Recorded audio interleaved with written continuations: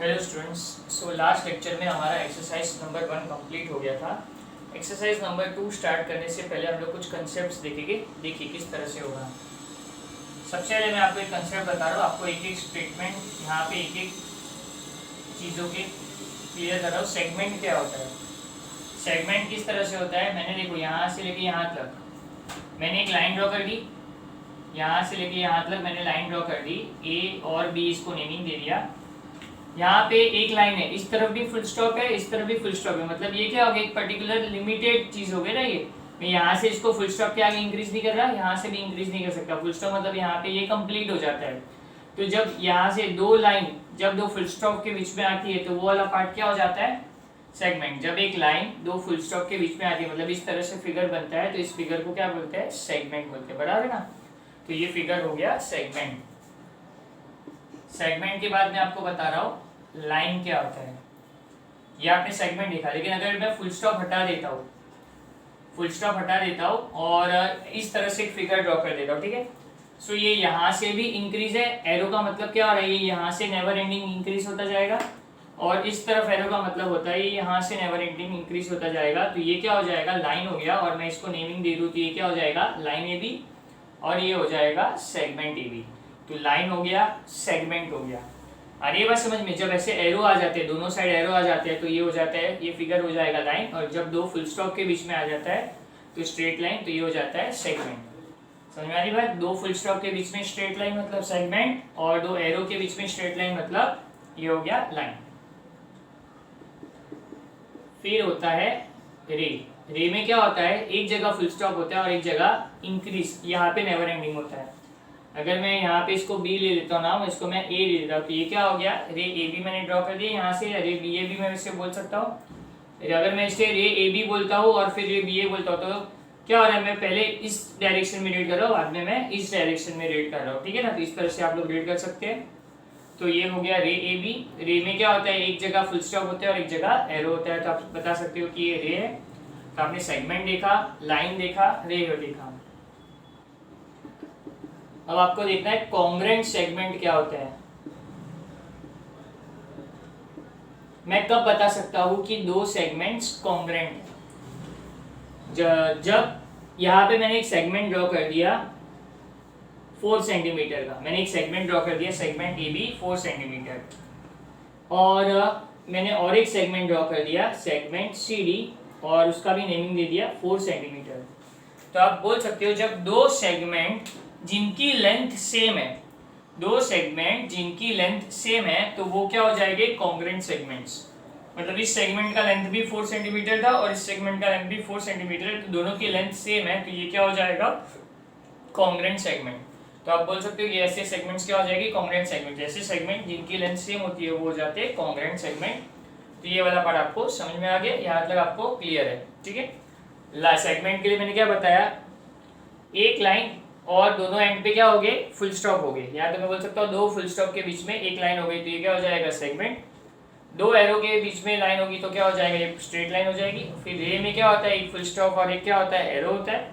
Congruent segment किसे बोलते हैं, जब दो सेगमेंट भी है और जिनकी लेंथ सेम है। अगर ये 5 सेंटीमीटर है, ये भी 5 है, तो ये भी कॉन्ग्रेंट है। 4 है तो 4 भी कॉन्ग्रेंट है। 3 दोनों 3 हो गए, मतलब दोनों का लेंथ सेम होगा इन शॉर्ट, तो क्या हो जाएंगे, कॉन्ग्रेंट सेगमेंट हो जाएंगे। आप लोग देख लीजिए अच्छे से।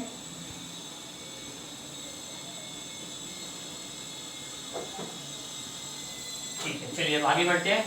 ये वाला पार्ट मैंने बता दिया। अब मैंने आपको कॉन्ग्रेंट सेगमेंट वाला बता दिया। कॉन्ग्रेंट सेगमेंट के बाद जो पार्ट आपको समझाने जैसा है, okay, mid point of a segment.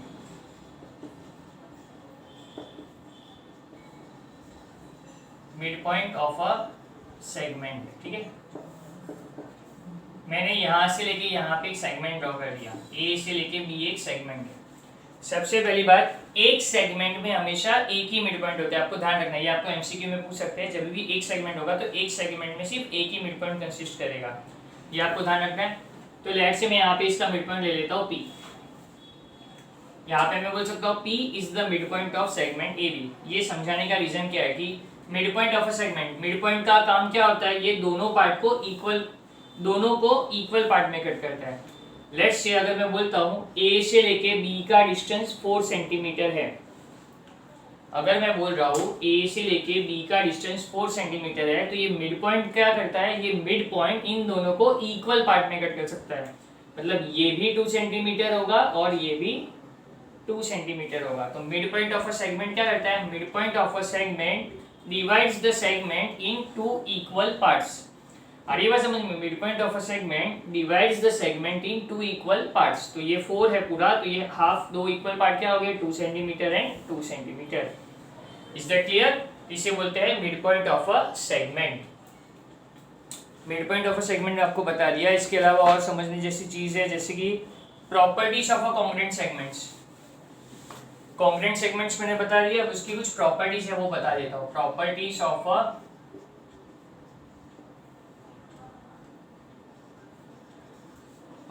Of a congruent segment.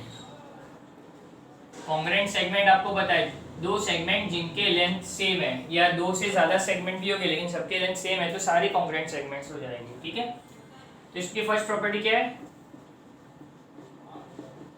Reflexivity.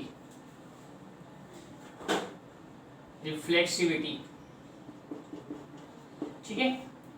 Reflexivity में क्या होता है, अगर segment AB is congruent to segment AB, अगर मैं इस तरह लिखता हूँ segment AB is congruent to segment AB, तो इस वाले पार्ट को क्या बोलते हैं, रिफ्लेक्सिविटी। जब ऐसा है हम लोग स्टेटमेंट को लिखते हैं कि सेगमेंट AB खुद से ही कॉन्ग्रुएंट है, मतलब रिफ्लेक्शन में क्या होता है, हमारा रिफ्लेक्शन में हम खुद ही दिखेंगे ना। अगर हम हमारे मिरर में रिफ्लेक्शन देखेंगे तो वापस हमको हम खुद को ही देखेंगे ना। इसीलिए रिफ्लेक्सिविटी में क्या होता है, सेगमेंट AB खुद से कॉन्ग्रुएंट होता है, इसके लिए इसको बोलते हैं segment AB is congruent to segment AB, और ये फिगर होता है ऐसे स्टेटमेंट को क्या बोलेंगे, रिफ्लेक्सिविटी। ठीक है, सो ये वाला पार्ट हो गया।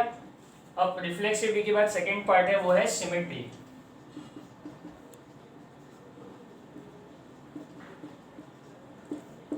अगर मैं बोलूं segment AB is congruent to segment CD है, segment AB is congruent to segment CD है, और बाद में मैं बोलता हूं segment CD is congruent to segment AB है, तो ये जो स्टेटमेंट हो गया ना, ऐसे जब स्टेटमेंट आते हैं तो इसको मैं क्या बोलता हूँ, सिमेट्री। सिमेट्री मतलब क्या होता है, जैसे कि मैं अगर ट्राइंगल ले लेता हूँ, एक सिमेट्रिकल फिगर ड्रॉ करके बता रहा हूँ। ठीक है, ये A, ये B और ये C, और ये बीच में एक पॉइंट ले लेता हूँ, लेट्स से D। ये सिमेट्रिकल फिगर कैसे हो गया, जैसे A, B और D, ये जो एरिया है ना, ये जो मैंने ये A से लेके D लाइन ड्रॉ की ना, ये जो फिगर है इसमें जो ये वाला मैंने डायग्राम के अंदर जो ये शेड पार्ट किया हुआ है, ये एरिया और जो ये वाला एरिया है, वो दोनों आपस में क्या हो जाएंगे, इक्वल हो जाएंगे। इक्वल मतलब सिमेट्रिकल। सिमेट्रिकल मतलब क्या बोल सकते हैं, एक तरह से आइडेंटिकल। दोनों फिगर क्या हो जाएगी, सेम। ये A, B और D जो पोर्शन है, और A, C और D जो पोर्शन है, वो दोनों आपस में क्या हो जाएगा, सेम हो जाएगा। सिमेट्रिकल मतलब ये जो लाइन के इस तरफ वाला जो पोर्शन है और लाइन के उस तरफ वाला पोर्शन है, वो एक्जैक्टली आपको सेम दिखेगा। देखो यहाँ से मैं एक ड्रॉ कर देता हूँ, ये इस तरह से ट्राइंगल दिख रहा है, और इसी का रिफ्लेक्शन इस तरफ आएगा, और ये कैसा होगा, इस तरह से ट्राइंगल दिखेगा। समझ में आ रहा है? इसको बोलते हैं सिमेट्रिकल फिगर्स। तो अगर AB is congruent to CD है, तो अगर दो सिमेट्रिकल फिगर हो गए, तो अगर AB CD से कॉन्ग्रुएंट है तो CD AB से कॉन्ग्रुएंट होगा, तो इसे बोलते हैं सिमेट्री। समझ में आ रही है बात? मतलब ये वाला पार्ट इसके जैसा है, इसका मतलब ये वाला पार्ट इसके जैसा होगा। अब देख सकते हो अच्छे से, इस तरह से आपको देखना है। ठीक है, यहां तक हो गया। अब हम आगे बढ़ते हैं। इसका थर्ड पार्ट जो है वो है ट्रांजिटिविटी।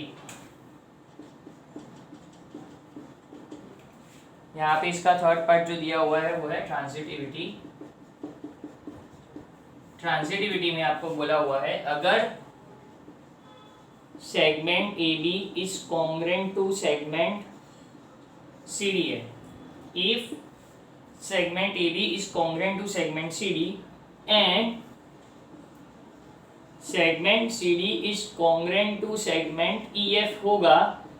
अगर if AB is congruent to CD है और CD is congruent to EF है, तो अल्टीमेटली AB किससे कॉन्ग्रुएंट हो जाएगा, EF से कॉन्ग्रुएंट हो जाएगा। इसका मतलब मैं सकता हूँ therefore segment AB is congruent to segment EF।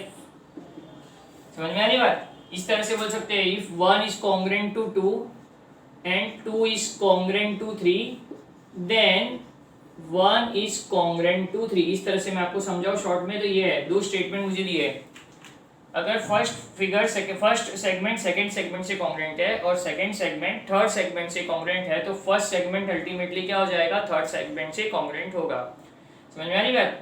अगर फर्स्ट सेगमेंट सेकंड सेगमेंट से कॉन्ग्रेंट है और सेकंड सेगमेंट थर्ड सेगमेंट से कॉन्ग्रेंट है तो अल्टीमेटली क्या हो जाएगा, फर्स्ट सेगमेंट सीधा जंप करके थर्ड सेगमेंट से कॉन्ग्रेंट हो जाएगा।